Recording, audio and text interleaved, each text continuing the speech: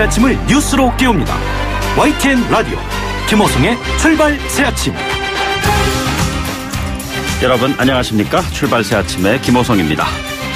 냉전과 분단의 70년 세월이 소통과 화해 모드로 전환하고 있습니다. 어제 11년 만에 열린 남북 장성급 회담에서 동서의 군 통신선을 복구하기로 합의했습니다. 또 판문점 공동경비구역을 비무장화하는 사안에 대해서도 남북이 논의했습니다. 트럼프 대통령이 북미 정상회담에서 언급했던 한미연합훈련 중단, 문재인 대통령도 신중히 검토할 수 있다고 밝혔습니다. 사실상 우리 정부도 수용 의사를 밝혔다는 분석인데요. 당장 8월에 시작되는 을지 프리덤 가디언 훈련이 예정대로 될지 아니면 중단될지 관심이 모아지고 있습니다. 네, 지방선거는 마무리됐죠. 하지만 그 여파는 여전한 것 같습니다. 구태 보수, 낡은 보수, 나태한 보수, 등 돌린 강남 보수, 보수가 보수를 심판하다. 오늘 아침 신문의 헤드라인들입니다. 자유한국당 홍준표, 바른미래당 유승민 대표는 사퇴했습니다. 안철수 서울시장 후보는 성찰의 시간을 갖겠다, 그렇게 밝혔죠. 또 하나 주목할 만한 점이 있습니다. 당적을 가질 수 없는 교육감 선거에서 진보 성향의 교육감들이 그야말로 압승을 거뒀다는 점입니다. 이걸 어떤 의미로 받아들일 수가 있을까요? 6월 15일 금요일 아침입니다. 잠시 뒤 출발하겠습니다.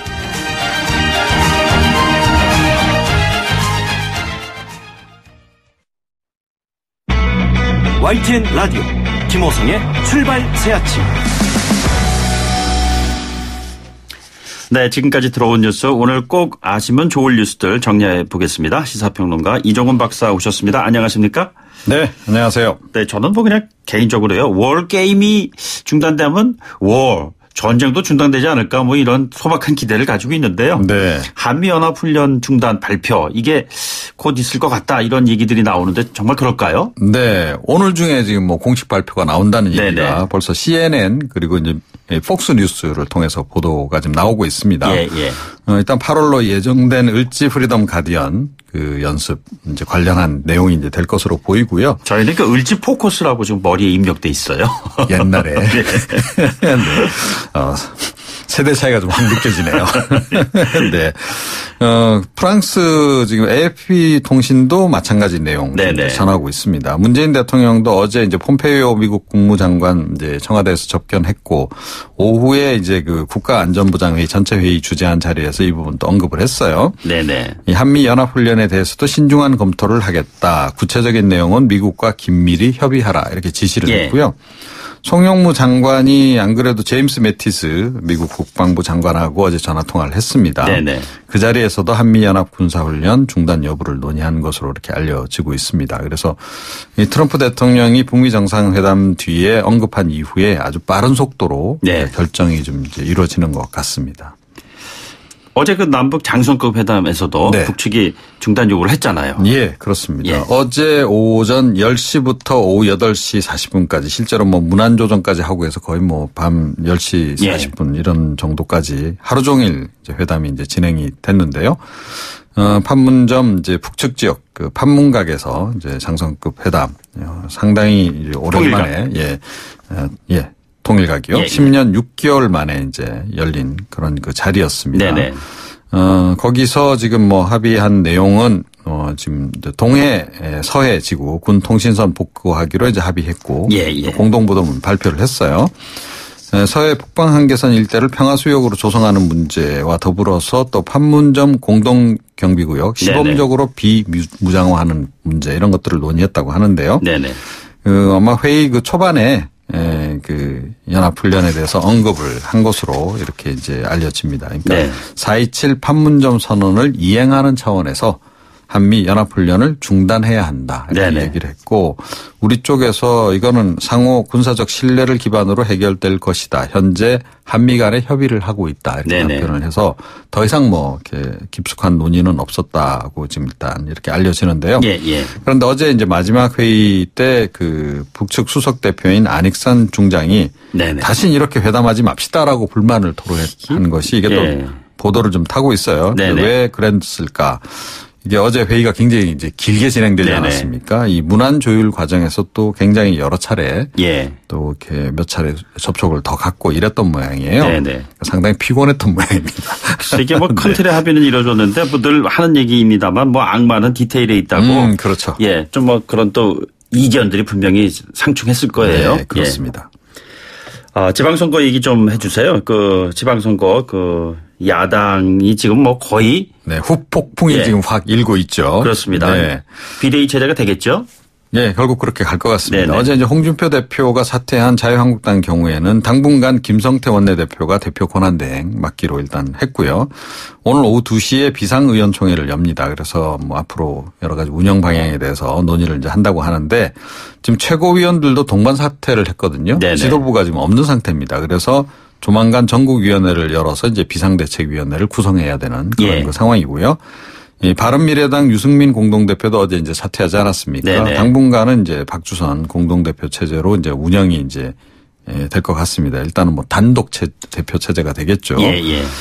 오늘 오후에 또 비공식 긴급 최고위원 간담회를 연답니다. 그래서 네. 비대위 전환 여부 이제 논의할 것으로 이렇게 알려지는데요.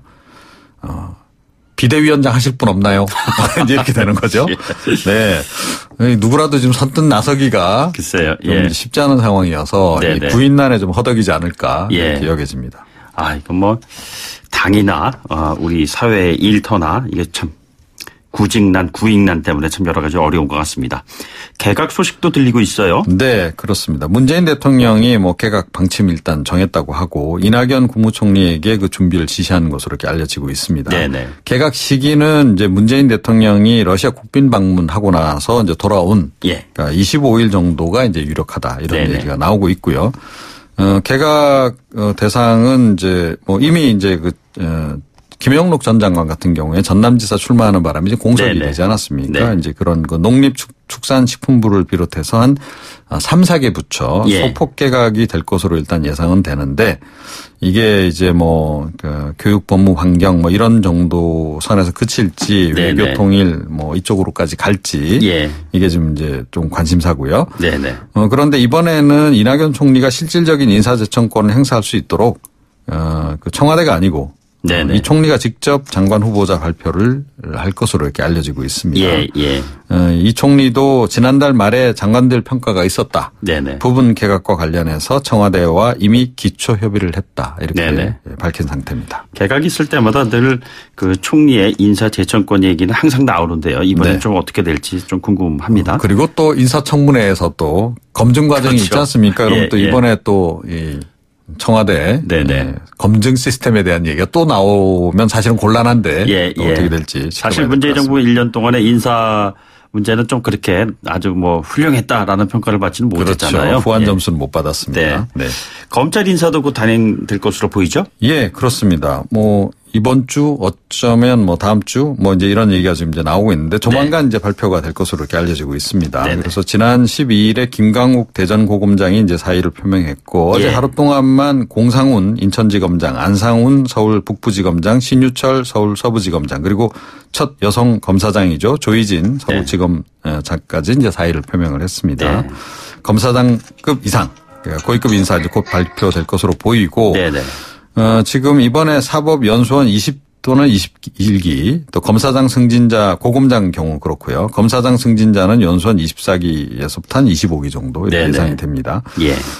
너무 이 또 기수 중심으로 하는 것도 좀 이제 좀 바꿔야 할 것 같긴 한데 여전하긴 합니다. 동일체라는 표현을 쓰잖아요. 이쪽에 예. 또 보면. 그것도 사실은 좀 깨져 나가야 될 그런 그 관례다라고 예. 생각합니다. 최근에 뭐 사법부 파동과 관련해 가지고요. 이 네. 검찰 인사에 대한 관심도 꽤 높은 것 같더라고요. 그렇습니다.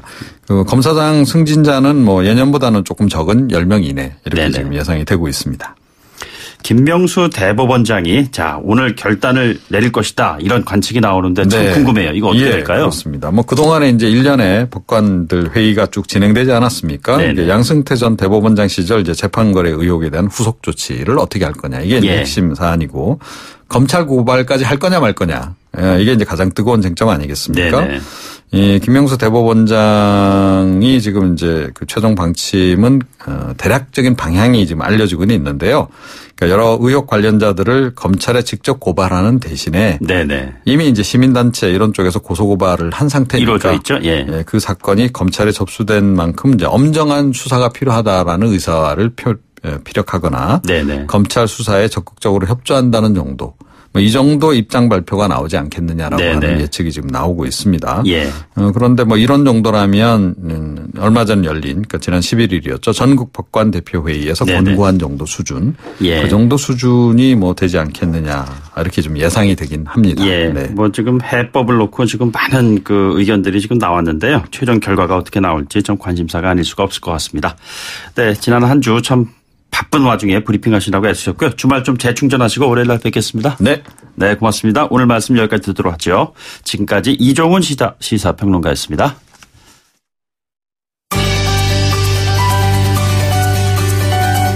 6.13 지방선거 특집 출발 새아침 풀뿌리 민주주의를 듣다.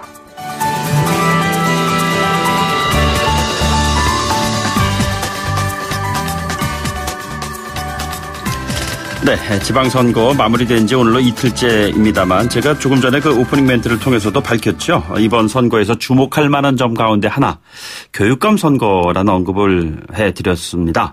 진보 성향의 교육감들이 그야말로 싹쓸이를 했다는 그러한 부분인데요.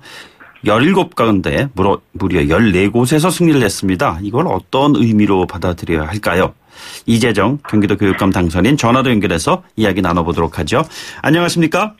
네, 안녕하세요. 네, 교육감님 재선 축하드립니다. 네, 고맙습니다. 네, 짧게 당선 소감 먼저 한번 들어볼까요? 네, 이번 선거를 통해서 저는 정말 우리 시민들이 위대하다. 네네.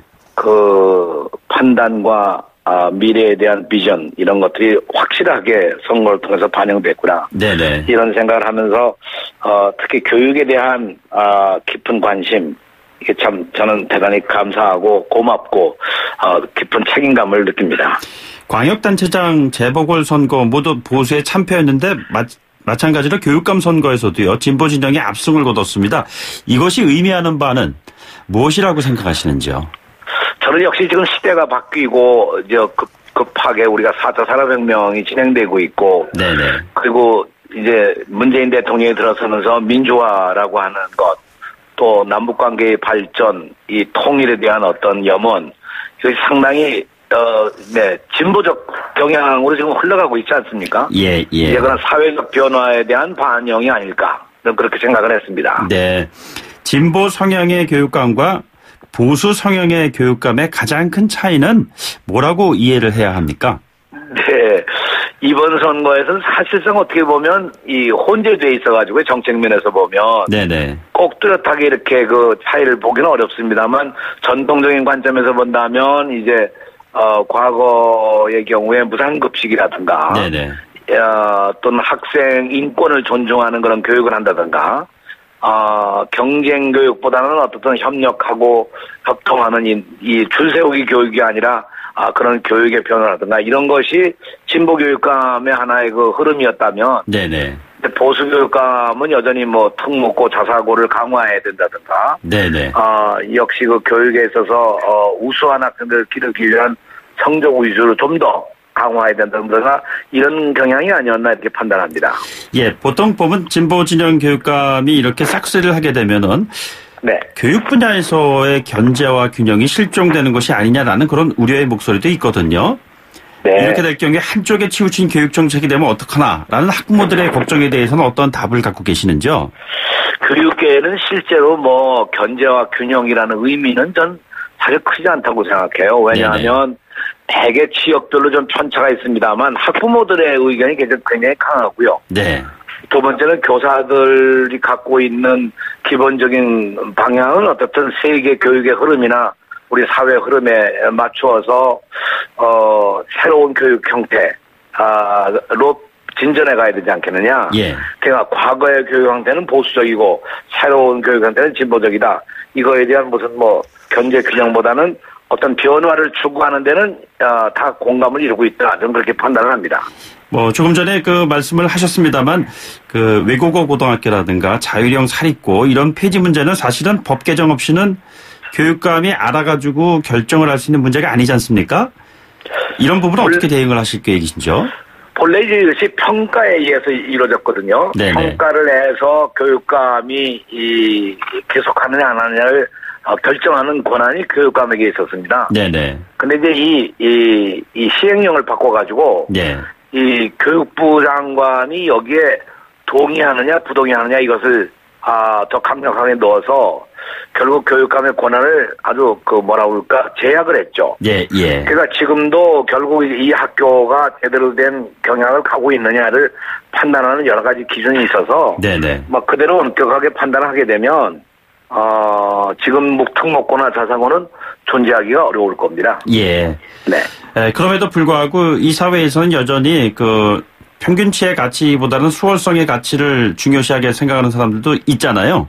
이런 분들에 대한 그 대안은 어떻게 마련하실 것인지요? 그건 이제 일부 학부모들이나 일부 학생들에 대한 그런 욕구, 특히 대학 입시에 있어서 좋은 대학을 가고 싶은 어떤 욕구 때문에 나온 건데요. 네네. 결국 오늘의 사회라고 하는 것이 변화되고 있는 것이 가령 뭐 성적으로 내가 얼마나 좋느냐, 어느 학교를 나왔느냐 이게 문제가 아니고 네네. 정말 자기가 잘할 수 있는 게 뭔지, 자기가 자신 있고 깊게 즐겁게 할 수 있는 일이 뭔지 이것이 이제 사회가 요구하는 거거든요. 네네. 근데 그런 의미에서 지금 상황은 변화되어야 되고 그 변화를 수용해야 된다는 거죠. 예. 이제 그런 의미에서 과거에 있었던 것보다는 새로운 변화를 가져오는데 저희 경기도 같은 경우는 이제 교과 중점학교 같은 걸로 해서 외국어 중점학교, 과학 중점학교에서 네네. 어느 정도 지금 그런 수요를 받아들이고 있습니다. 네.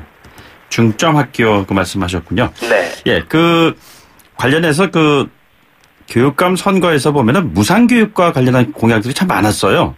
근데 이 무상교육을 네. 하려면은 재원 조달이 필수적으로 뒤따라야 하는데 중앙정부 지원 없이는 또 불가능하지 않습니까? 이런 부분을 어떻게 해결을 하셔야 되는지요? 말씀이 옳다고 생각합니다. 그러니까 뭐 아마 대부분 다 무상교육을 얘기하는 거에 가장 핵심은 이제 고등학교 교육인데요. 네네. 이미 문재인 정부가 2020년부터 시작해서 2022년까지 고등학교 교육에 무상교육을 다 하겠다. 이렇게 이제 정책을 발표했고요. 이런 정책은 사실 박근혜 정부 때도 정책으로는 있었습니다. 네네. 전혀 시행을 안 해서 그렇지. 그런 의미에서 고등학교 교육이 지금 보편화되어 있기 때문에 이거 역시 무상교육으로 가야 된다는 데는 뭐 모두가 다 공감을 하고요. 네네. 다만 지금 말씀대로 재원 확보 때문에 언제부터 할 수 있느냐, 이것을 단계적으로 하느냐 이런 이제 주장의 차이가 있는 거죠. 네. 이번에 제가 그 교육감 선거 과정을 쭉 지켜보면서 현수막 가운데 보면은 그 전교조 아웃 이것을 기치로 내건 후보들도 있었어요. 그런데 사실 보면은 전교조 인이라고 할 정도로 전교조 성향이 있는 교육감님들이 많이 당선이 되지 않았습니까? 그 전교조 법의 노조를 철회해야 한다. 이런 이슈에 대한 의견은 어떻게 가지고 계시는지요? 이번에 교육감 17명 가운데 전교조 출신의 교육감이 모두 10분입니다. 네네. 당선된 분들이요. 위원장이나 지부장 하셨던 분들이시죠? 그렇습니다. 예, 예. 이제 그것도 아주 하나의 대세이기도 합니다만 저는 기본적으로 이건 합법화해야 된다고 생각하고요. 네네. 이 불법화 과정이 사실은 불법이었던 거죠. 예, 예. 네, 그렇기 때문에 이건 당연히 빠른 기간 내에 합법화가 돼야 될 거고, 네네. 교원들의 어떤 교육을 위한 어떤 권리들, 이것이 법적으로나 여러 면에서 보장돼야 된다고 생각을 합니다. 예. 그 예전에 보면 저희가 그 교육부 관련 취재를 하거나 그랬을 때 보면은 안병영 그 교육부 장관님이 그러셨나요? 아무튼 그 어떤 학생도 교사의 질을 능가할 수가 없다 이런 얘기를 하셨거든요. 이런 부분에 대해서 교육감님의 생각은 어떠신지요? 근데 학교 교육을 어떤 관점에서 보느냐는 건데 네네. 결국 이제 선생님의 교권이 확보돼야만, 네네. 특히 선생님의 교육권이 확보돼야만 아이들을 정확하게 이 교육도 하고 학교를 이끌어갈 수 있지 않겠습니까? 네네. 선생님의 역할과 기능이 교실에서 어떤 거냐, 이런 건 뭐 이제 시대에 따라서 많이 변화되고 있습니다만, 네네. 근본적으로 교사들의 교권이 보장돼야 된다는 것, 여기엔 전 전적으로 공감을 합니다. 예. 북한 관련 이슈 좀 여쭤보겠습니다. 최근에 뭐 정상회담을 포함한 북미 정상회담 이후까지 이어지는 계속되는 이 화해 무드에서 한반도 평화를 이끌어가게 될 미래 꿈나무들을 위한 통일 교육은 어떻게 해야 한다고 보시는지 통일부 장관도 지내셨지 않습니까? 네. 우리가 이제 통일 문제 하게 되면 이제까지 단국한 대화만 쭉 내지 않았습니까? 사실 돌아가신 문익환 목사님 같은 경우도 통일은 당국 간 대화가 문제가 아니라 국민 모두의 마음속에 통일이 있어야 된다. 네네. 그런 얘기를 하셨는데 결국 우리 학생들 경우 결국 통일 시대를 맞이해야 할 대상은 학생들 아니겠어요? 그렇습니다. 예. 그 학생들이 미래 통일 시대의 주역이 될 것이고요. 네네. 그런 의미에서 우리 학생들의 눈높이에서 통일과 미래를 어떻게 볼 거냐 하는 거를 교육시킨다기보다도 이 학생들의 의견과 뜻을 마음 놓고 좀 개진하고 뜻을 모아갈 수 있는 것이 통일 시대를 앞당기는 길이 아닐까 그렇게 생각합니다. 연장선상에서 남북 교육 분야 교류도 고민하고 계시나요? 저는 당연히 체험 교육도 있어야 될 것이고요. 네네. 가능하면 빠르면 빠르서 좋다고 생각하는데요. 네네. 남북 간의 학생들 간의 어떤 교류 예. 이것이 결국 서로를 이해하는 데 우선 중요하지 않겠습니까? 네네. 우리가 이제까지 북은 이렇게 생각해왔는데 현장을 가보니까 이게 아니다. 네네. 북한 학생들도 역시 우리하고 똑같은 학생들이다. 예. 이런 이해가 될 때 역시 통일에 대한 접근이 좀 더 좋아지겠죠. 네네. 그 남북관계 이야기 나온 김에 좀 한 가지 여쭙겠습니다. 통일부 장관을 지내셨으니까요. 네. 최근에 그 북미 정상회담의 결과를 보시면서 소회가 어떠신지요? 저는 정말 70년간 가장 적대적 관계에 있었던 네네. 냉전 체제가 붕괴됐음에도 불구하고 여전히 적대적 관계를 해소하지 못한 것이 마지막 남은 게 북한과 미국과 북한 아니겠습니까? 네네. 특히 정상 간에 한 번도 만난 일이 없죠. 70년간. 예. 이 만나서 악수하고 서로 이야기를 나누고 화해하고 같이 식사를 하고 합의문을 만들고 이런 것이 결국 전혀 아니라. 교육감님 지금 소리가 수화기가 잘 안 되는 것 같아요. 좀 가깝게 가깝게 네. 입에다 좀 대고 말씀해 주십시오. 네. 예. 그래서 우리가 이제 적이 아니고 적대적 관계를 해소한다. 이런 강력한 의지의 표명이 결국 굉장히 중요한 것이 아닐까. 네. 전 이 적대적 관계의 해소로부터 다시 말하면 신뢰 관계를 회복하는 것으로부터 모든 문제가 시작된다고 생각해요. 예. 그런 면에서 어떤 합의를 했느냐, 어떤 걸 계획을 내세웠느냐고 하는 것도 그 다음 문제죠. 네네. 그런 면에서 대단히 성공적이었다고 그렇게 해석을 합니다. 예. 그러면 한미 연합훈련 중단이라든가 이런 것도 서로의 믿음을 바탕으로 해서 앞으로 착착 풀려 나갈 것으로 전망을 하시는지요? 저는 그렇게 생각합니다. 트럼프 대통령의 군사훈련 중단이라는 건 이미 지난번 동계올림픽 기간 동안에 중단하지 않았었습니까? 네네. 이제 그런 것처럼 북미 간의 대화가 진행되는 동안에 이 적대적 관계를 또 야기시킬 수 있는 군사훈련을 한다는 것은 그건 적절치 않은 거죠. 그런 네네. 의미에서 전 트럼프 대통령의 이 이야기는 대화가 계속될 것이다. 그 계속되는 한 군사훈련은 없다. 다시 말하면 대화가 계속돼야 된다는 그 방점에 우리가 주목해야 되지 않을까 네네. 생각합니다. 지난번에 저희 출발 새 아침 인터뷰에서 트럼프 대통령은 평양 갈 거다 이런 이야기를 하셨어요. 그 카드가 아직까지도 유효하다고 보시는지요? 네, 저는 그것이 결국 북미 관계를 해소하는데 굉장히 중요한 거라고 생각해요. 네네. 김정은 위원장이 워싱턴을 가고 트럼프 대통령이 평양을 가고 평양 간다는 얘기를 했던 이유는 과거에 클린턴 대통령이 북미 회담을 하기 위해서 평양을 간다. 네네. 이런 얘기를 한 적이 있었기 때문에 네. 지금도 저는 이제 싱가포르 회담 다음에 순서는 역시 트럼프 대통령이 평양을 가는 것이 옳지 않을까. 여전히 그렇게 생각합니다. 예, 알겠습니다.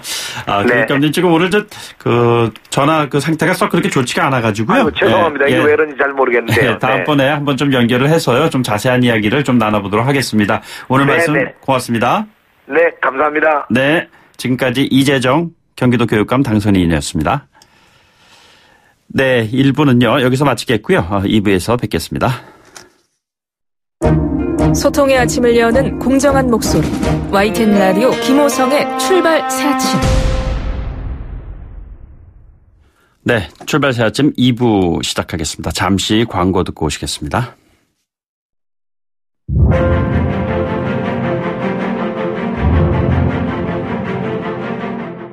출발 새 아침 한반도 평화기획 특집 인터뷰. 평화를 여는 아침.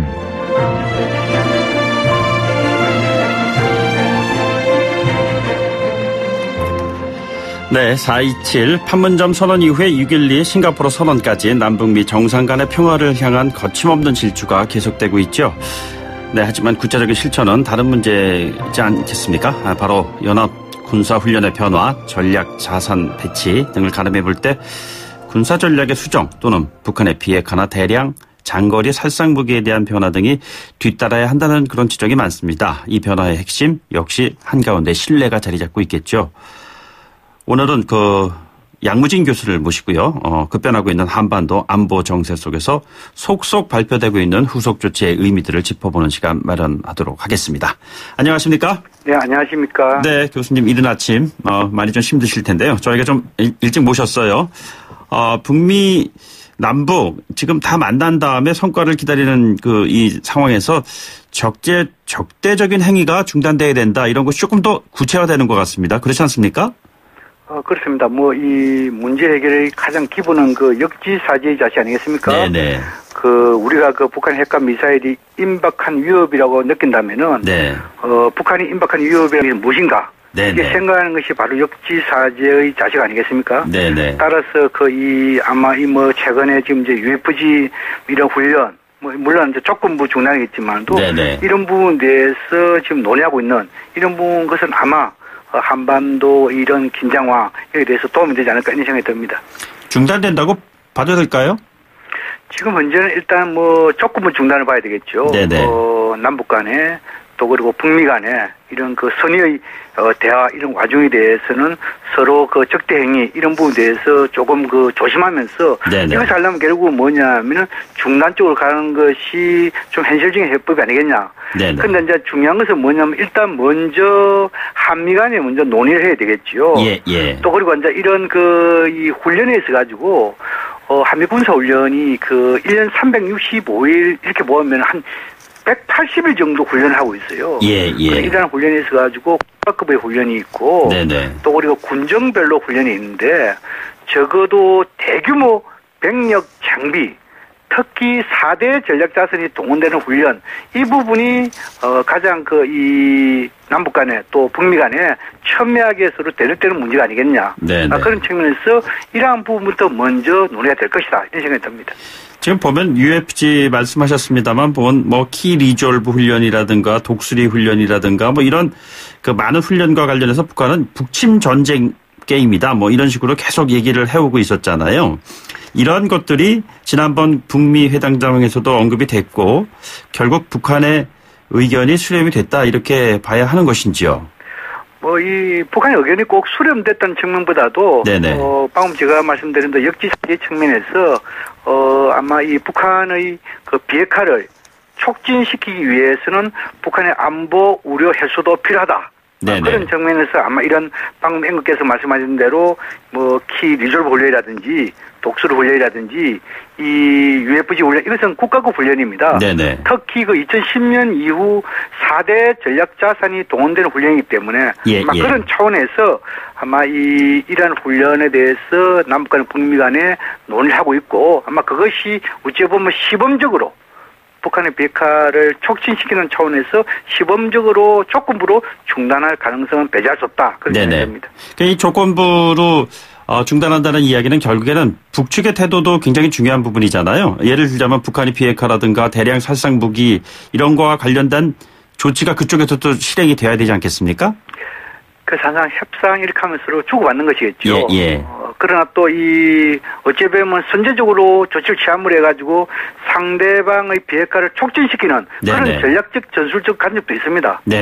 그러나 지금의 상황에 봤을 때는 아마 이런 이 한미 간의 국가 훈련에 대해서 중단을 한다는 것은 결국은 이 북한의 일례로 동창리의 미사일 발사체 있지 않습니까? 이런 부분에 대해서 해체를 한다든지 또는 이 영미 핵단지 활동 중단이라든지 이런 것을 기대 내지는 서로 조율하면서 하는 조치들이 아니겠냐 이렇게 저는 예상을 해볼 수 있습니다. 예, 어제 그 남북 군 장성급 회담이 재개가 됐잖아요. 거기 뭐 공동 보도문 제가 이렇게 보니까 쌍방은 한반도에서 군사적 긴장 상태를 완화하고 전쟁 위험을 실질적으로 해소하는 제반 사항들을 진지하게 협의했다. 뭐 이렇게 나왔습니다. 자, 이번 그 11년 만에 재개된 이 장성급 회담의 의미 어떻게 보시는지요? 장성급 회담이라는 것은 이 판문점 선언 이행을 군사적으로 보장하는 협의체 아니겠습니까? 예. 따라서 뭐 이런 군사적 적대 행위 중단 문제라든지 서해 NL 일대를 그 평화 수역으로 조성하는 문제라든지 네네. 또 그 남북 교류 협력하려면 접촉 왕래를 해야 되잖아요. 예. 그래서 군사적 보장 문제라든지 특히나 이제 이 판문점 공동 경비 구역이 정전 협정에 의하면 이것이 개인 화기 뭐 이런 것만 가지고 돼 있는데 네네. 이것이 뭡니까? 소위 말 자동화기 이런 것도 들어갔잖아요. 네네. 그래서 이 지역에 대한 비무장 문제 뭐 이런 것이 논의된 것으로 알려지고 있습니다. 네네. 통신선 복구도 됐고요. 그래서 이제 지금은 이제 우리가 보통 남북 간의 군 통신선 하면은 서해 동해선 있지 않습니까? 네네. 동해선은 지난 이 화재 사건 이거 가지고 상당히 이제 통신이 좀 불량한 것으로 알려졌잖아요. 네네. 또 서해도 일전에 남북 간의 이 정상회담 앞두고 상당히 복구됐다 이랬는데 연락이 잘 안 되는 그런 점이 있었잖아요. 예. 그래서 이런 부분에 대해서 아마 완전 복구 이렇게 했는데 소위 말 이 연락체는 통신선 이거 완전 복구라는 것은 상당히 중요한 부분이거든요. 네네. 그래서 예를 들어가 지금 아직까지는 지금 이제 남북 간 적대에 대치된 사항이 있고 또 혹시나 우발적인 충돌 가능성이 있지 않습니까? 네네. 이런 부분에 대해서 통신선이 연결되는 이것은 상당히 중요한 엄연을 지닌다. 예. 그렇게 생각합니다. 그러니까 예를 들자면 통신선이 복구가 됐다는 이야기는 남북 양측의 소통의 통로가 열렸다는 얘기일 것이고요. 그럼에도 불구하고 우발적인 충돌이라든 것이 있을 경우에는 일단은 비무장화를 통해서 피해를 좀 최소화하자 뭐 이런 식의 의미로 해석을 해도 되는 건가요? 그렇습니다. 이번 남북 장성급 회담에서 여러 가지 문제를 논의했지만도 네네. 공동 보도문에 나타나는 거 보면은 실질적으로 두 가지 합의사항이 되어 있습니다. 예. 방금 말씀하신 대로 군 통신선 완전 복구이 되어 있고 또 그리고 2004년 육사 합의서 네네. 철저한 이행이라는 게 되어 있습니다. 네네. 이 육사 합의서 철저한 이행이라는 것은 결국은 뭐냐면 서해에서 우발적인 충돌을 방지하기 위한 그런 이 이행에 대한 합의서가 담겨 있습니다. 예. 뭐 예를 들어 가지고 무슨 서해에서 가지고 네네. 함정 간에 서로 대치하지 않도록 통제하는 부분 있잖아요. 네.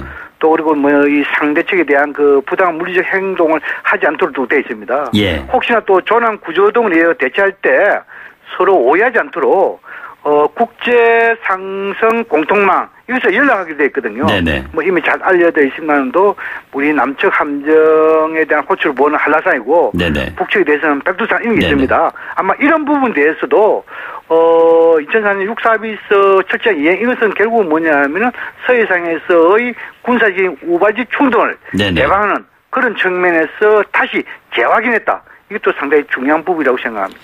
근데 그럼에도 불구하고 북측 수석 대표 안익상 중장이 마지막 회의 때 다시 이런 회담 하지 맙시다 이렇게 얘기를 했는데 이걸 불만을 토로한 걸로 이제 봐야 되나요? 아니면 뭐 또 다른 의미가 있는 건가요? 올해 들어와가지고 네. 남북 간의 모든 협상의 특징이라는 것은 예. 당일 회담이고 상당히 실용적으로 네네. 효율적으로 빨리 끝난 그런 측면이 많이 있지 않습니까? 네네. 근데 이번에 장성급 회담, 물론 11년 만에 개최됐다는 측면도 있지만도 상당히 오래 끈 회담이었잖아요. 네네. 그런 측면 봤을 때 아마 북측에서는 남측이 최근의 이런 남북 정상회담, 또 북미 정상회담, 여기 합의사항, 서로 의사소통의 부분, 여기에 대해서 철저하게 준비를 좀 덜 된 것이 아닌가, 여기에 대해서 불편의 목소리가 아닌가 생각됩니다. 그래요? 그것은 결국은 뭐냐니까, 최근에 이야기되고 있는 일종의 군사훈련 중단 문제. 네네. 이 부분에 대해서 북측에서는 합의를 넣자. 또 우리 측 입장에서는 이것은 아직까지, 한미 간에, 먼저 논의할 사항이다. 차후에 해도 된다. 이런 부분을 가지고. 네네. 조금 이 시간을 끈 것이 아니겠느냐. 그래서 북한의 안익산 이 장성회담 북측 단장이. 네네. 조금 여기 대해서 못마땅한 표현을 한 것이 아니겠냐. 예. 그렇게 볼 수 있습니다. 실제로 보면 공동보도문 조율하는데 다섯 시간이 넘게 진통이 있었다 이런 얘기도 있고 그랬잖아요. 이런 상황에서 앞으로 좀 한 단계 높은 국방장관 회담도 기대할 수가 있을까요? 이 남북 간에는 이 많은 회담을 하는 게 좋습니다. 네네. 예를 들어가지고 우리가 보통 회담하면 톱다운 방식이 있고, 예를 들어가지고 위에서 내려오는 방식이 있고, 밑에서 올라가는 방식이 있습니다. 네네. 그런 측면 봤을 때 우리가 그 남북 정상회담 이후 이 장성회담도 정상회담의 합의문을 이행한 협의체잖아요. 네네. 또 그리고 이 군사에 있어가지고 국방장관 회담하면은 거기서 또 이 모든 큰 원칙과 방향 합의를 하면은 밑에 있는 장성급 실무회담 이건 좀 수월하지 않겠습니까? 예. 그런데 지금 이번 장성회담에 있어가지고 처음에는 이 국방장관 회담 개최 문제 이것이 주요 의제가 될 것이다 이렇게 알려졌는데 네네. 이번에는 국방장관 회담에 대해서 아주 구체적으로 깊은 논의는 하지 않은 것으로 저는 그렇게 알고 있습니다. 예. 한 가지 좀 민감한 사안 여쭤볼게요. 주한미군 문제인데 말이죠. 지금 주한미군 철수, 축소 이런 얘기가 나오고 있습니다. 현실성을 어떻게 바라보고 계시는지요? 당분간에는 이 주한미군 철수 문제는 이슈화되지 않을 것이다. 저는 그렇게 전망합니다. 예. 잘 아시다시피 주한미군 문제는 한미 상호 방위 조약에 의한 문제 아니겠습니까? 네네.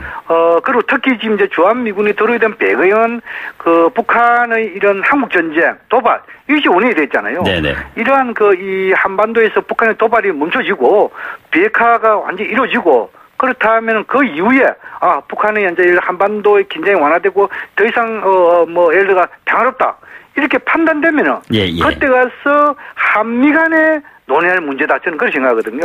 그런 측면 봤을 때 이런 주한미군에 대해서는 크게 논의가 특히 북한도 그랬잖아요. 네네. 북한도 이 주한미군이 북한에 대한 압박이 아니라 동북아의 평화 유지 이렇게 활동한다면은 용인할 수 있다. 이렇게 직관적으로 밝히고 있잖아요. 그런 측면 봤을 때 당분간 주한미군 문제는 논의되지 않을 것이다. 그렇게 전망합니다. 자, 그러면 주한미군의 존재라든가 비용이라든가 북한의 입장 이런 것들을 좀 감안했을 때 여전히 뜨거운 감자라고 할 수가 있는데요. 이게 지금 향후 앞으로 그 북한에 대한 그 위협이라든가 잠재적으로 또 중국에 대한 전초기지 역할을 하고 있는 주한미군의 역할 이런 것들이 바뀔 수 있을까요? 그래서 이제 그런 문제는 상당히 복잡합니다. 네네. 예를 들어가지고 북한 입장에서는 이런 대북 압박 용이다 이렇게 하고 또 중국 입장에서는 어찌 보면 밀동맹, 한미동맹 해가지고 중국을 견제하는 것이다. 네네. 이렇게 여러 가지 주장하고 있지 않습니까? 네네. 그러나 가장 중요한 것은 그 한미 상호 방위 조약에 의해서 주한미군이 주둔한다. 이렇게 생각하면 중국도 크게 여기에 대해서 이의를 제기는 할 수 없을 것이다. 생각. 어떻든 또 이 주한미군에 대해서는 지금 이제 28,500명 주둔 상에서 비용이 상당히 많이 들지요. 지금 이제 연간 한 9천억 이렇게 이야기하고 있지 않습니까? 이런 부분 돼가지고 아마 이 주한미도 이 비용 이런 부분 대해서는 5년마다 논의하기 때문에 조만간에 논의되는데 그러나 중요한 것은 우리의 대북 정책 또 이런 북한의 비핵화 모든 부분에 있어가지고 튼튼한 안보 또 그리고 한미동맹 이걸 토대해가지고 정책을 펼치는 그런 상황이기 때문에 아마 조금 비용 조정은 있겠지만도 당분간 이런 주한미군의 필요성 이것은 우리 국민 또는 미국 모두가 더 공감하고 있다. 그렇게 생각을 합니다. 한미동맹 언급해 주셨는데요. 늘상 지금 얘기 나오고 있는 한반도 운전자론 문재인 대통령이 어제 북미 대회 지속되면은 한미연합훈련 중단할 수 있다 이런 언급도 나오고 그랬어요. 한반도 운전자론에 관련한 앞으로의 상황을 어떻게 이끌어가야 할 것인지 좀 한 말씀 부탁드립니다. 문재인 대통령이 상당히 어깨가 무거울 것 같습니다. 한반도 운전자 또 중재자 지금은 이제 하나 더 보태면은 보증자의 역할까지도 해야 되지 않겠느냐. 다시 말해 지금 이제 북미 간에 완전히 예를 들어 비핵화와 평화체제 또 체제보장 이런 부분에 대해서 법적 제도적으로 보장되기 전에 그렇다면은 문재인 대통령이 북한에 대해서는 체제보장에 대한 보증자 또 미국에 대해서는 북한의 비핵화에 대한 보증자 이런 역할을 해야 되기 때문에 어깨가 더 무겁다. 그렇지만도 지금은 이제 평화의 문을 열었고 또 북미 정상회담에 의해 가지고 평화의 문을 더 넓었기 때문에 이런 보증자, 중재자, 운전자 이 역할을 더 한다면은 분명 한반도의 미래는 밝을 것이다. 그런 생각이 듭니다. 마지막으로요. 북한 인권 이슈에 대한 문제가 가끔씩 잊을만 하면 한 번씩 언급되고 있는데 북한을 좀 많이 자극하는 것 같다라는 지적들이 있습니다. 이 문제 어떻게 앞으로 풀어나가야 될까요? 인권 문제라는 것은 인류 보편적인 문제이기 때문에 반드시 제기되고 개선이 되어야 된다고 생각합니다. 네네. 그러나 일에는 순서가 있습니다. 또 그리고 지금 이제 상대방 제가 역지사지 이야기를 많이 했지 않습니까? 네네. 그래서 순서라는 것은 일단 북한의 비핵화 또 어느 정도 북한의 체제 안정 이런 된 이후에 예. 인권 문제를 끄집어내더라도 늦지 않다. 네네. 그런 걸 생각되고 네네. 그런 차원을 봤을 때 그렇지만 또 인권 문제를 영원히 또 뭐 무시하고 갈 수 없는 그런 행동이기 때문에 예. 적어도 이 대화를 하는 당사자 당국 차원에서 인권 문제에 대해서는 좀 뭐랄까 논의되지 않더라도 뭐 NGO 단체라든지 의회라든지 기타 국제기구라든지 네네. 이런 부분에 대해서는 북한과 충분한 인권 대화가 필요하다. 네네. 그렇게 생각합니다. 알겠습니다. 교수님 이른 아침 감사합니다. 네, 감사합니다. 네, 지금까지 북한대학원대학교 양무진 교수였습니다. 네, 2부 마치고요. 뉴스 듣고 3부에서 뵙겠습니다.